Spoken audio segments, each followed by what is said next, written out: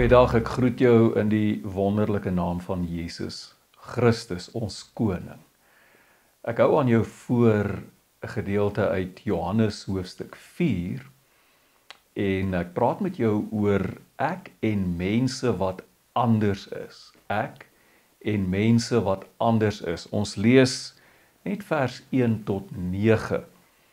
Toe Jesus verneem dat die Fariseërs gehoor het, hy werf en doop meer disippels as Johannes, hoewel Jesus nie self gedoop het nie, maar sy disippels, het hy Judea verlaat en weer na Galilea vertrek. Hy moes egter deur Samaria gaan. Hy kom toe by 'n dorp in Samaria met die naam Sigar, naby die stuk grond wat Jakob aan sy seun Josef gegee het. Dit is waar die fontein van Jakob was. Uitgeput van die reis, het Jesus net daar by die fontein gaan sit. Dit was ongeveer die 6de uur. Daar kom toe 'n vrou uit Samaria om water te skep. En Jesus sê vir haar, "Gee vir my water om te drink." Sy disippels was reeds weg dorp toe om kos te koop.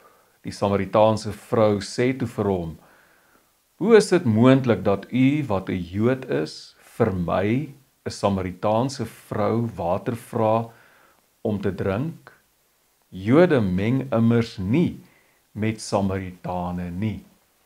Net tot sover, die Here seën hierdie woord in jou hart en ook in myne.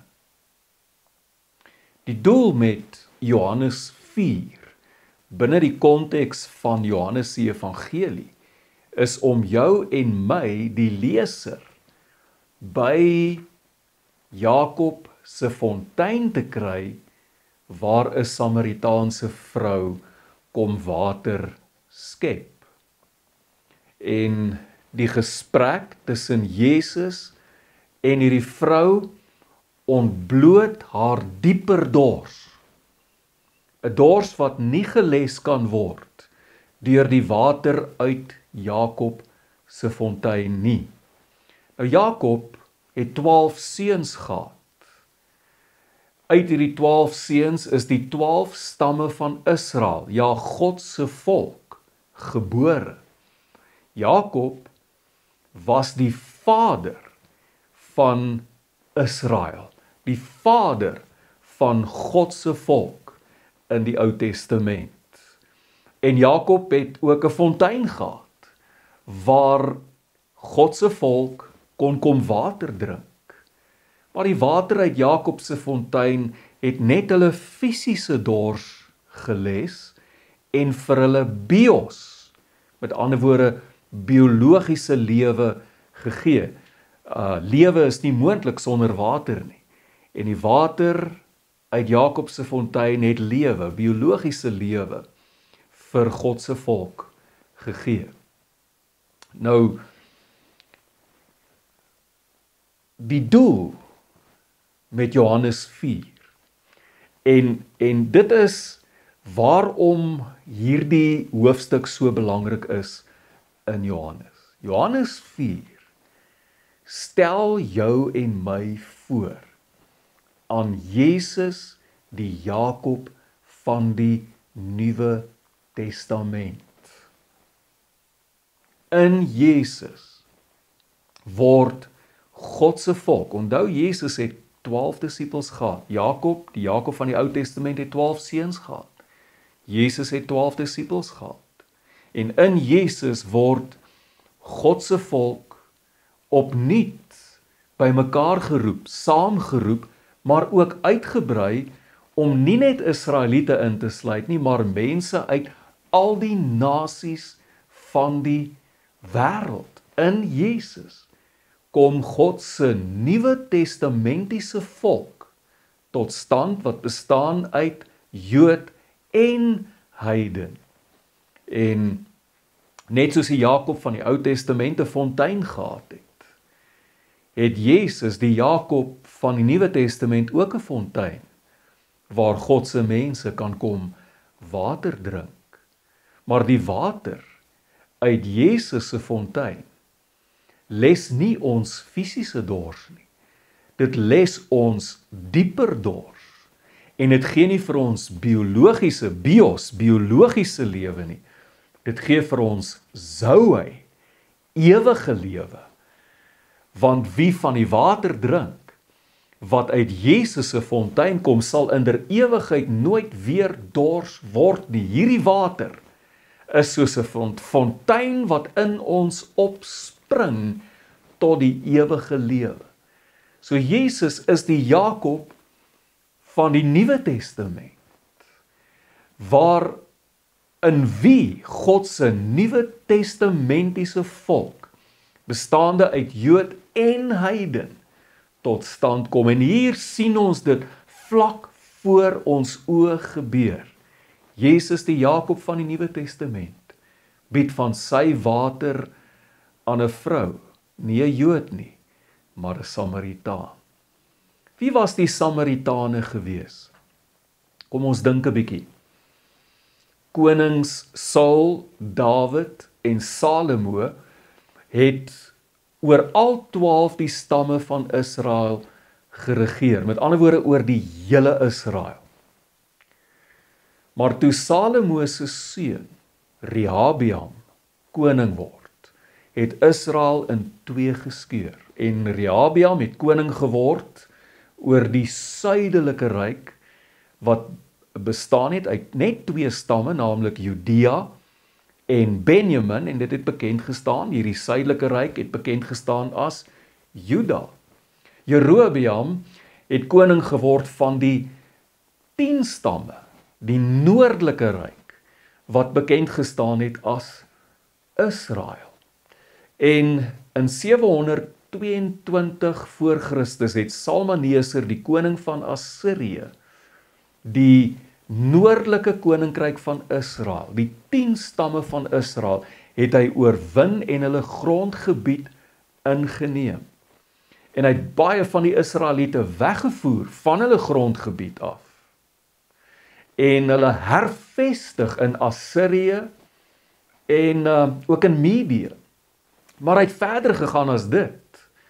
Hy het ander mense van ander nasies uit ander wêrelddele ingevoer om op die Israelitiese grond te kom woon. En mettertyd het van die Israeliete wat oorgebly het op die grond vermeng geraak met die mense van die ander nasies wat ook nou op hulle grond gewoon het, en so het 'n nuwe volk tot stand gekom, ontstaan met die naam, of wat bekend is as die Samaritane. Maar die Jode het nooit die Samaritane erken as ware Israeliete nie. Inteendeel, die Jode het meerderwaardig, minagtend neergekyk op die Samaritane as minderwaardig. En hulle het ook glad nie die Samaritane se eie tempel by Gerizim erken nie. Inteendeel, die Joodse leier Johannes Hyrcanus het in 111 voor Christus het hy die Samaritane se tempel by Gerizim totaal geheel en al verwoes. So jy kan maar net dink watter bitter gevoelens van vyandskap daar tussen die Jode en die Samaritane was. Soveel so dat Jode vermy het om deur die grondgebied van die Samaritane te reis.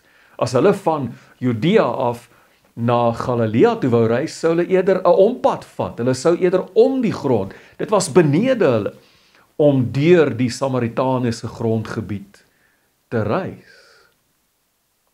Daarom is dit, of ten minste daarom sny dit so diep, so baie diep, wanneer Jesus 'n gelykenis vertel van 'n Samaritaan, wat 'n Jood, wat oorval is deur rowers, wat langs die pad lê, gewond, besig om te sterf, te beswyk aan sy wonde, waarskynlik besig om homself dood te bloei. En 'n Samaritaan kom en help hom en versorg hom Wat sou jy gedoen het as jy hierdie Jood was wat oorval is deur rowers, langs die pad lê, besig om jouself dood te bloei, en hier kom 'n Samaritaan, kniel by jou, en wil jou help. Gaan jy vir die Samaritaan sê, nee dankie, ek het nie jou hulp nodig nie, jy's 'n Samaritaan, ek soek nie jou hulp nie, loop asseblief weg, gaan asseblief weg, is dit wat ons gaan doen? Is die Samaritaan nie dalk meer my naaste as my volksgenote, die Jode, wat by my verbygeloop het en nie die moeite gedoen het om by my te stop en my te help nie?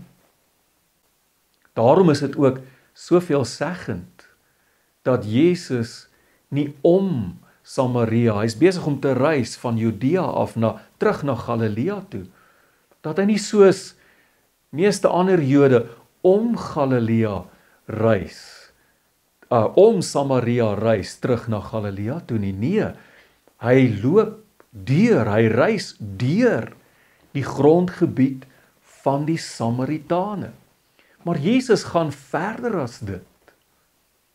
Hy tree in gesprek met 'n Samaritaan, en dit nogal 'n vrou. En Jesus gaan nog verder as dit.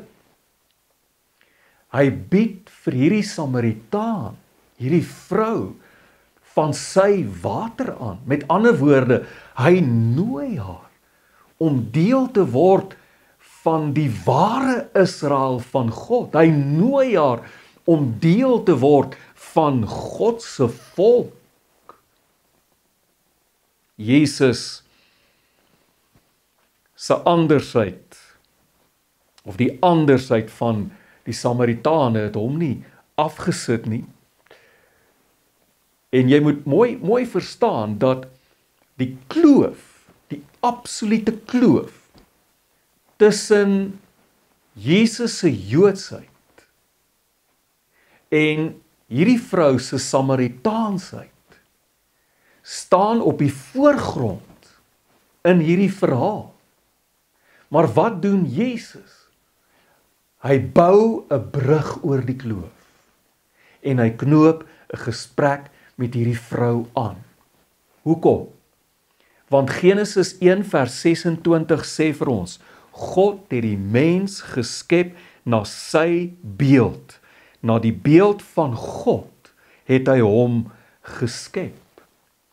En in Handelinge 17 vers 26 sê Paulus vir die Grieke van Athene, hy sê vir hulle, uit een mens het hy, die Here, al die nasies van die mensdom gemaak om die hele aarde te bewoon. Ek dink die ou vertaling praat van, uit een bloed het hy al die nasies van die wêreld gemaak. Die kern van die Joods-Christelike waardesysteem is die inherente waarde van elke mens, omdat hy of sy geskape is na die beeld van God. Jy is nie waardevol omdat jy wit is nie. Jy is nie waardevol omdat jy bruin is nie. Jy is nie waardevol omdat jy Afrikaans praat of omdat jy Engels praat nie. Jy is nie waardevol omdat jy 'n Suid-Afrikaner is of 'n Amerikaner is nie. Jy is nie waardevol omdat jy ryk is nie.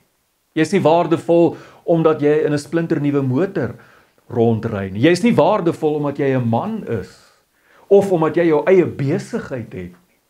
Jy is nie waardevol omdat jy aan 'n sekere ras behoort nie. Jy is waardevol omdat jy geskape is na die beeld en die gelykenis van God.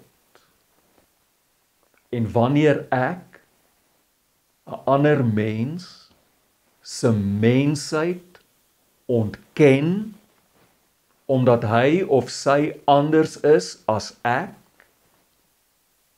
is een tree weg van moord af. Want dit is maklik om iemand dood te maak wat in jou oë nie 'n mens is nie. Hitler het van mense wat van Ariese afkoms is. Hy het van hulle gepraat as die Ubermensch. En van die Jode het hy gepraat van as die ondermensch. Jy is so 'n bietjie onder 'n mens. Hy het aan die Jode gedink as 'n siekte, as 'n plaag, as rotte, as minder as mense. Hy het aan hulle gedink as 'n plaag wat uitgewis moet word. En so kon hy uiteindelik 6 miljoen Jode se lewens eis. In Rwanda 1994, oor 'n periode van 100 dae, het die Hutus 800,000 Tutsis wreed, voor die voet, brutaal, met pangas en ander kruiwapens, mans, vrouens en kinders vermoor. Ek het die film Hotel Rwanda baie jare terug gekyk, en wat my opgeval het in hierdie film, is hoe dikwels die Hutus van die Tutsis gepraat het as cockroaches, kokkerotte. Om 'n mens dood te maak, moet jy met jou gewete saamleef. En dis nie maklik nie. Maar 'n kokkerot, jy kan mos met jou hakskeen op hom trap en hom vergrys en verder loop sonder om ooit weer daaraan te dink.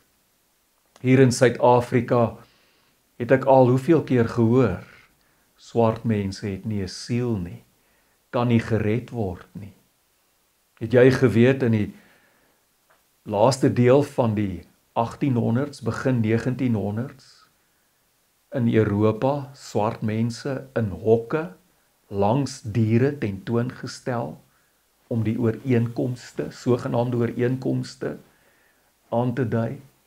Dat ek het al gekry het dat mense skenkings maak vir welsyn op voorwaarde dat dit nie vir swart mense gegee moet word nie, solank dit net nie 'n swart persoon help nie.